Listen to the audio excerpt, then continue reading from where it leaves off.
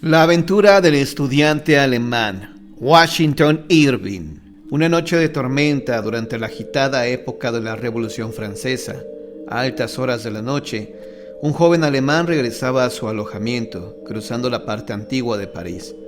Relampagueaba y en las imponentes calles estrechas resonaba el estrépito de los truenos. Pero primero, debo decir algo acerca de este joven alemán.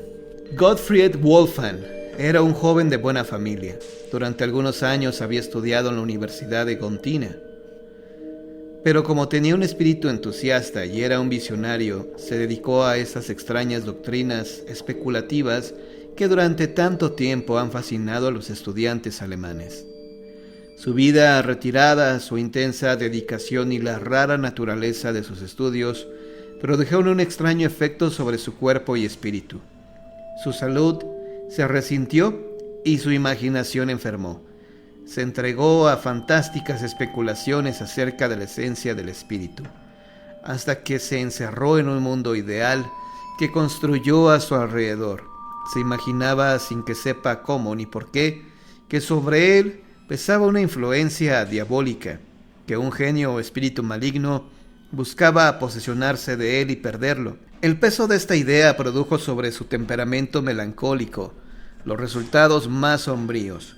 Sus amigos descubrieron la enfermedad mental que lo tenía en tal estado y decidieron que el mejor remedio era un cambio de ambiente. Así, se decidió que fuera a continuar sus estudios en la alegre y esplendorosa París.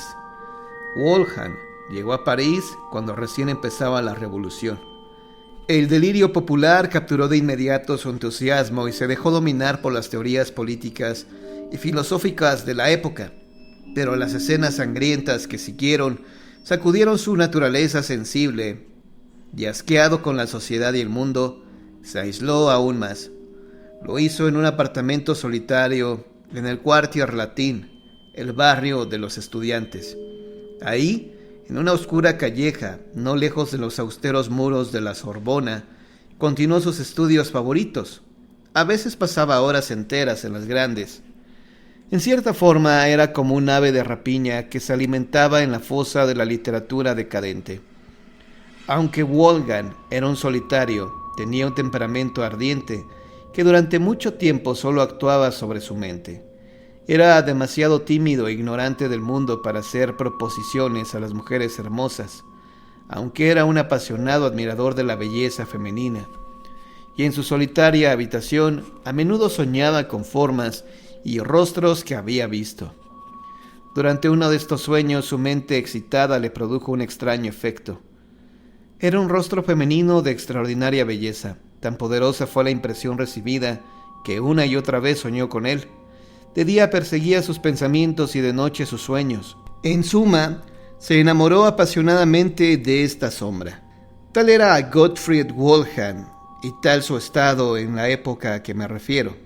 Regresaba a su apartamento una noche tempestuosa por unas callejas viejas y sombrías del Marais, en la parte antigua de París. Los truenos resonaban sobre las elevadas casas de las estrechas calles. Llegó a la Place de Grève, donde tenían lugar las ejecuciones públicas. Los relámpagos temblaban sobre la cúspide del antiguo Hotel del Ville y esparcían rayos que centelleaban en el espacio abierto. Al pasar frente a la guillotina, Wolfgang retrocedió con horror. El reinado del terror estaba en su apogeo y la guillotina, espantoso instrumento de tortura, estaba siempre lista. Ese mismo día había estado muy activa en su habitual carnicería humana. Wolfgang se angustió y ya se apartaba tembloroso del horrible instrumento, cuando notó la sombra de una figura que se agachaba al pie de los escalones que conducían al patíbulo. Una sucesión de relámpagos la reveló más claramente. Se trataba de una mujer vestida de negro. Estaba sentada en uno de los escalones inferiores, inclinada hacia adelante y con la cara escondida en el regazo. Wolfgang hizo una pausa. Había algo de terrible en ese solitario monumento de dolor. La mujer parecía estar por encima de lo normal. Wolfgang sabía que los tiempos eran arriesgados y que muchas hermosas cabezas que antes descansaban sobre cómodos cojines, ahora vagaban desposeídas de hogar. Quizás se trataba de una doliente con el corazón destrozado, a quien la temible hacha había dejado solitaria, a quien la había arrebatado sus seres más queridos para arrojarlos a la eternidad. Se acercó a ella y le habló en tono compasivo. Ella alzó la cara y lo miró salvajemente. ¿Cuál sería su asombro al observar a la luz de un relámpago que era el mismo rostro que le perseguía en sus sueños? Estaba pálido y desconsolado, pero era el mismo rostro asombrosamente bello.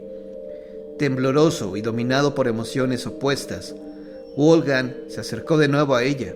Le habló de estar expuesta a la intemperie a tal hora y con tan violenta tempestad, y se ofreció a llevarla a donde sus amigos. «No tengo amigos sobre la tierra», dijo ella. «Pero tiene hogar», replicó Wolfgang. «Sí, en la tumba». «Si un extraño puede hacer tal ofrecimiento», dijo él, sin peligro de ser mal interpretado, «le ofrezco mi habitación como refugio y yo me ofrezco como un amigo devoto. Yo mismo carezco de amigos en París y soy extranjero, pero si mi vida puede serle de utilidad, está a su disposición». Había tanta honestidad en la actitud de este joven que sus palabras tuvieron efecto. Su acento extranjero también estaba a su favor. Demostraba que no era un habitante común de París. Ciertamente, no se puede dudar de la elocuencia del verdadero entusiasmo. La desconocida se entregó, sin reservas, a la custodia del estudiante. La sostuvo en su andar vacilante a través del Pont Neuf y por el sitio donde el populacho había derribado la estatua de Enrique IV. La tormenta había cedido y los truenos solo se oían a lo lejos. Todavía la ciudad estaba tranquila.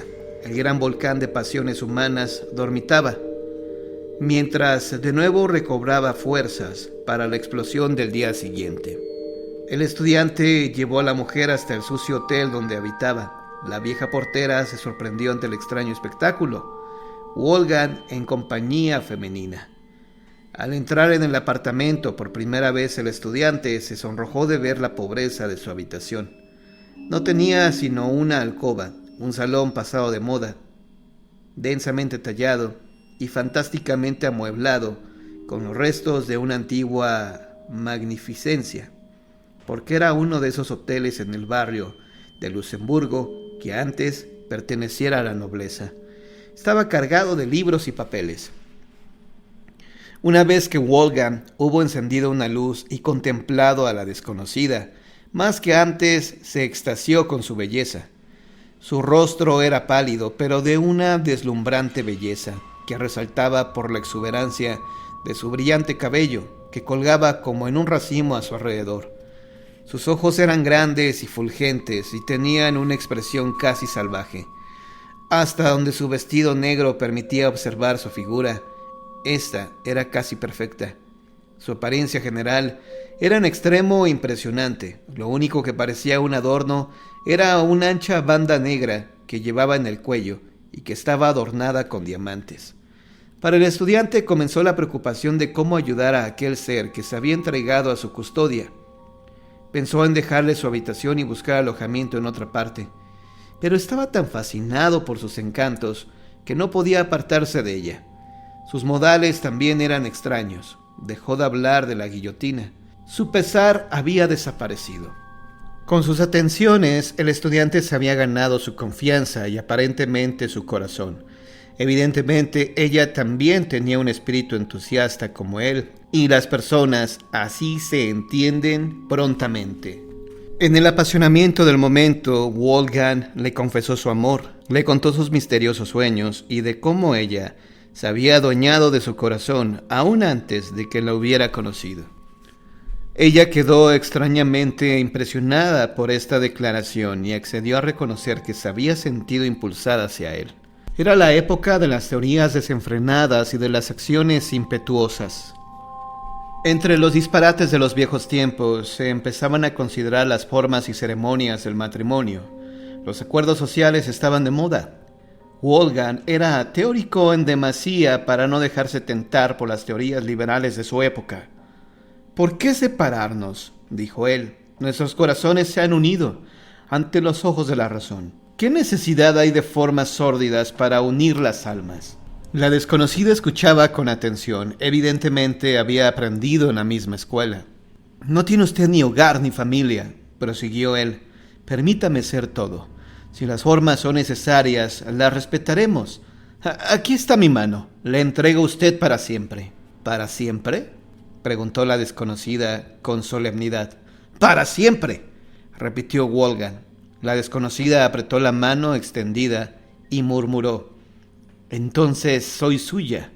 Luego se reclinó en el pecho de Wolfgang.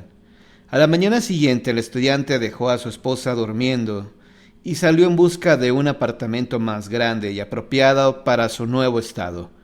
Cuando regresó encontró acostada a su recién desposada con la cabeza fuera de la cama y un brazo colgando. Le habló, pero no recibió respuesta alguna. Tomó su mano. Estaba fría y sin pulso. En suma, estaba muerta. Horrorizado y fuera de sí, llamó a los de la casa. Siguió una escena de confusión. Se llamó a la policía.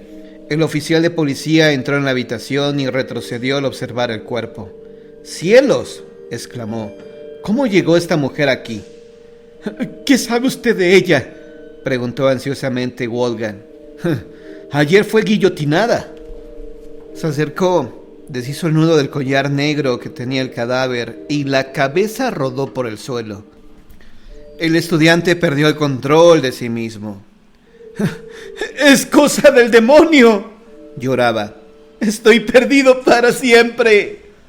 Trataron de calmarlo, pero todo fue en vano. Estaba dominado por la horrible idea de que un demonio había reanimado el cadáver para apoderarse de él. Enloqueció y murió en un sanatorio.